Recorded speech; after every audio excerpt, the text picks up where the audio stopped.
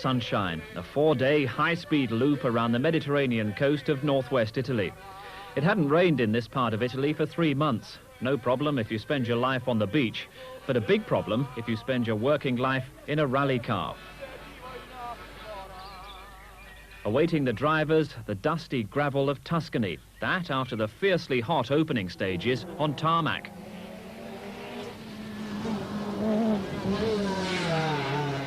This is Lancia country. Henry Toivonen leading the challenge, out to salvage some pride after a season dominated by the new world champion Timo Salonen in the Peugeot 205. Peugeot world champion manufacturer is going for a clean sweep. And trying to match the pace, the Lancia of Massimo Biasion, a support role for him, but a chance of victory if the supercars fail. A genuine supercar right behind, one of the most exciting sights and sounds in the whole sport. The second World Championship outing for the Audi Quattro S1. Walter Rall determined to give the team its first victory since last year on the Ivory Coast. Marco Allen trying almost too hard in the Lancia, but unhappy with the result. Tyre problems would put him off twice early on. Another Peugeot and another man determined to succeed, Bruno Sabi. His contract for next year may depend on his Sanremo result. Indeed, Sabi held a scant 2-second lead after these opening sections. Right behind came the world champion Salonen and the Quattro of Walter Rall. Even at this early stage, the Lancias looked beaten. But now the rally was going to change dramatically, from tarmac to gravel, and the cars had to change as well. In about 40 minutes, everything from brakes to transmission, engine to suspension, ripped out and replaced, showing what an apparently flimsy skeleton a modern rally car is. No component too small to come under scrutiny.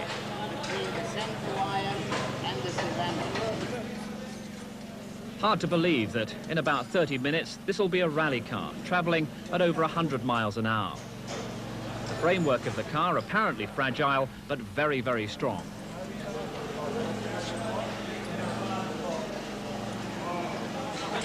Each component individually marked. For Salonen, a massive prop shaft about to take a tremendous pounding on the gravel.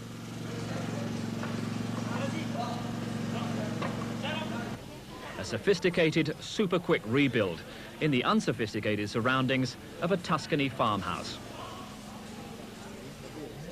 Sabi, the surprising leader, was the first to stir up the dust.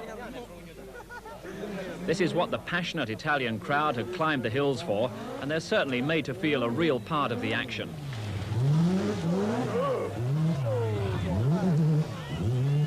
It doesn't show here, but Sabi was nursing a sick engine, putting more Peugeot responsibility on Salonen.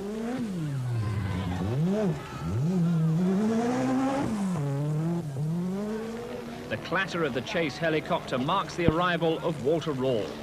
The Quattro carving a dusty sway through the shaking fists of the Italian fans.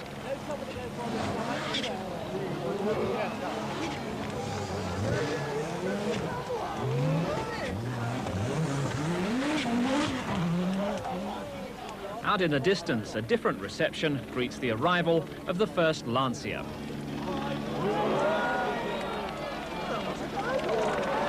This is Massimo Biasion, the former European champion, and it was announced at Sanremo that Biasion gets a full works drive with Lancia next year and was clearly in a mood to celebrate.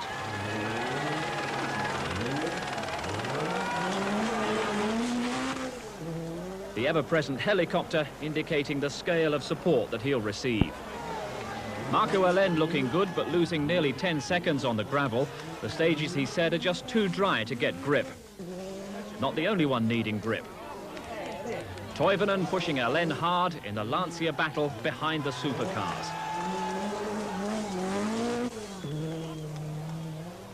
The first nightfall, Sabi, the pacemaker, had dropped to third. Rall in the Quattro led Salonen in the Peugeot by just 7 seconds.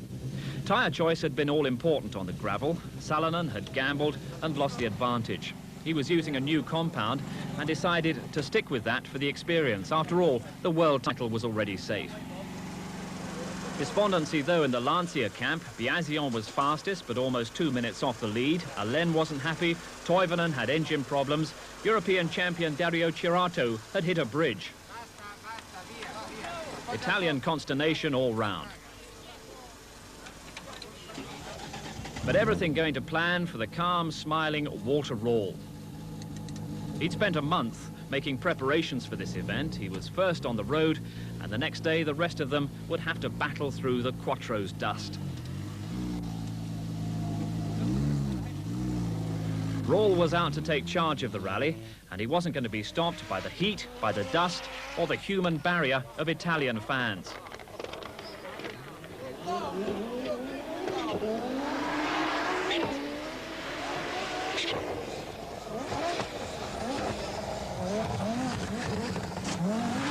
Salonen in pursuit. The rally had begun a day late to try and limit the crowds up in the mountains, but here in Tuscany, the Italians are a dedicated, if rather foolhardy, breed.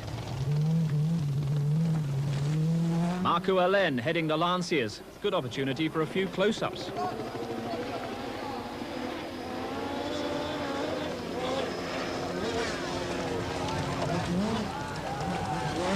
Allen clearly getting quicker after those early problems on the gravel. Biasion lying fourth, keeping Allen firmly in his sights. And bear in mind, the cars are touching around 140 miles an hour through these short, swift sections.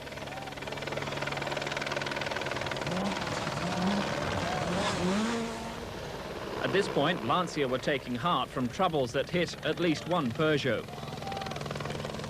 The man with problems, the early leader Bruno Sarbi in the very twitchy Peugeot.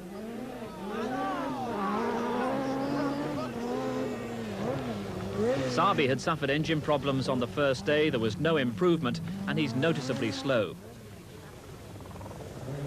And already he dropped behind Allen. The sophisticated support for modern rallying, the hills of Tuscany outside Volterra, but a full service with helicopter backup for the Peugeots. But Salonen was seemingly fighting a losing battle in trying to stay in touch with the flying Quattro of Walter Rall.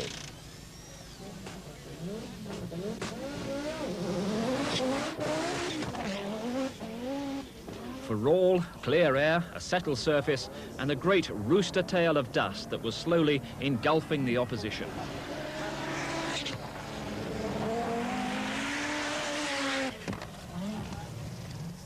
Salonen, a problem on the stage, apparently tyres, the gravel stripping off the tread. Within seconds, the support helicopter swoops down. Also within seconds, third place Marco Allen appears over the horizon, spotting an opportunity.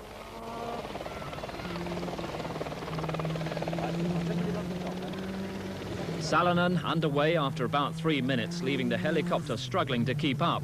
But it's more precious time lost to Rall. The Lanciers may be beaten, but they still make a glorious sight through the packed towns of Tuscany.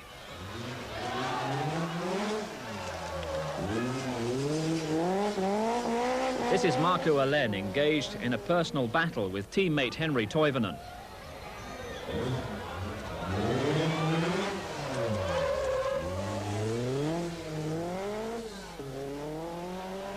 And the great favourite, Biasion, Lancia's third, fourth and fifth.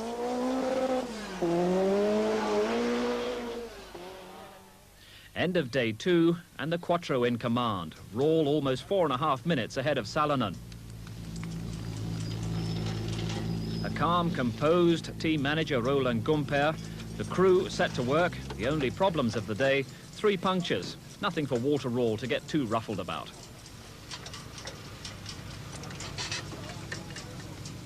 "6 a.m. Siena, the Piazza del Campo, venue of the famous medieval horse race, an overnight stop for the survivors entering day 3 of the Sanremo Rally.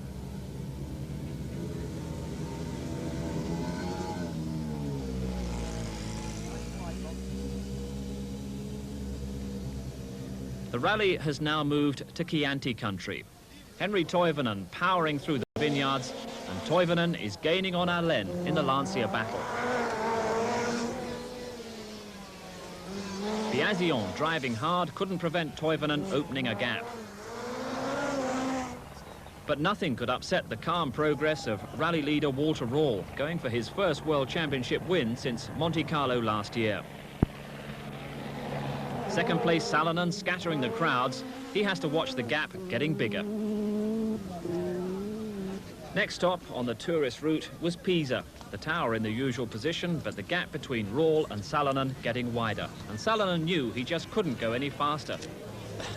Not in this moment anyway, and with that practice, but for next rally we must do something, and we try to, because Walter, he was so fast here. But he must have been surprised at the speed of the Quattro. Yes, a little bit, because it's normal our car is faster, but... So Rall only a few stages away from that long-awaited win. In the mountains behind Sanremo, the cars are once again set up for tarmac rather than gravel. The Quattro is just as fast. Timo Salonen would hold second place for Peugeot. Henri Toivonen has moved in front in the Lancia battle. Marco Allen settles for fourth. And with Biasion having electrical failure, fifth place goes to Dario Cerato, the European champion. But Rall is already in Sanremo, a return to winning form for Audi. That is very nice, of course. It's very, very important for the team. And does this mark the end of Peugeot domination? I don't think so. It means maybe the beginning that we are coming back. And the plan is for the coming back to continue in Britain next month. The Lombard RAC Rally, the last round of the World Rally Championship. Steve Ryder reporting there, and of course we'll be covering that RAC Rally on Grandstand. Now, you know Manchester United